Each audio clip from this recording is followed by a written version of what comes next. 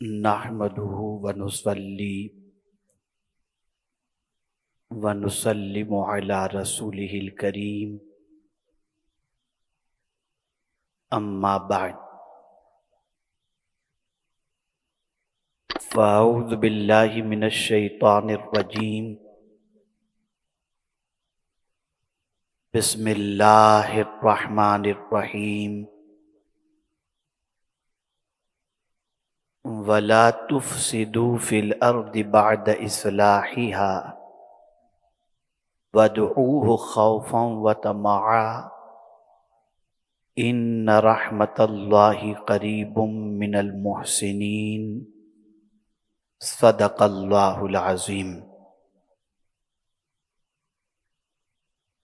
منبر رسول پر جلوہ گر مخدوم گرامی وقار حضور تاج المشائخ حضور امین ملت قدس اللہ العالی، قابل قدر محترم و مکرم حضرت مولانا ڈاکٹر پروفیسر غلام یحییٰ انجم صاحب قبلہ مقدس اللہ العالی، قابل قدر عالم جلیل حضرت علامہ مولانا نعمان اظہری صاحب مقدس اللہ العالی، اجمیر معلیٰ سے تشریف لائے ہوئے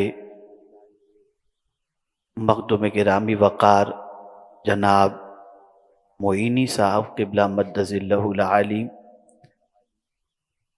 ایم ایس او کے پریزیڈنٹ جناب ڈاکٹر مطیع الرحمان صاحب، معزز حضرات، خواتین و مرد حضرات، السلام علیکم ورحمۃ اللہ وبرکاتہ۔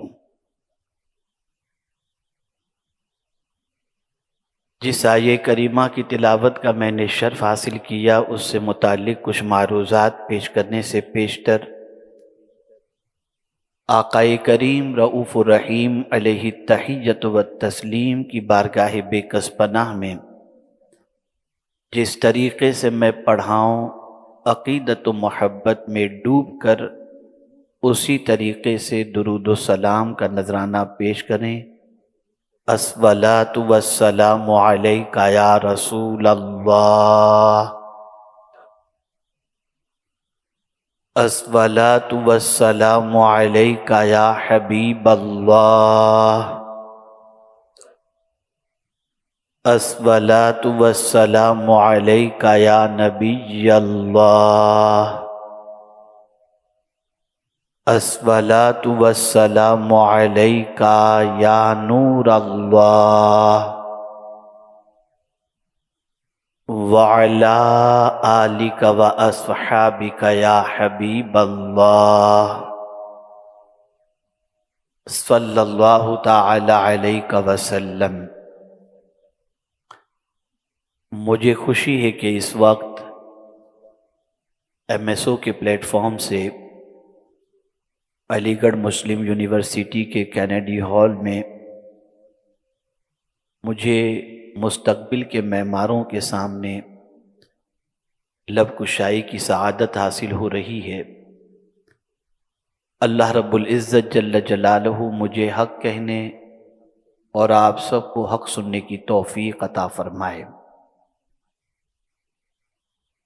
آقائے کریم رؤوف الرحیم علیہ التحیۃ والتسلیم سے متعلق حضرت مولانا نعمان اظہری صاحب نے کئی آیتوں کا ایک گلدستہ سجا کر اس کی خوشبو سے ہم سب کو معطر کیا۔ میں بھی ایک آیہ کریمہ کی روشنی میں رسول گرامی وقار صلی اللہ تعالی علیہ وسلم کے عظیم احسان کے حوالے سے اور ساتھ ہی ساتھ ہماری ذمہ داریوں کے حوالے سے کچھ باتیں عرض کرنے کی سعادت حاصل کروں گا انشاءاللہ۔ آپ میں سے بیشتر طلباء ہیں، بہت سارے یہاں کے پروفیسرز ہیں، آپ اچھی طریقے سے جانتے ہیں کہ ایک بچے کو سنوارنا کتنا ڈیفیکلٹ ہے۔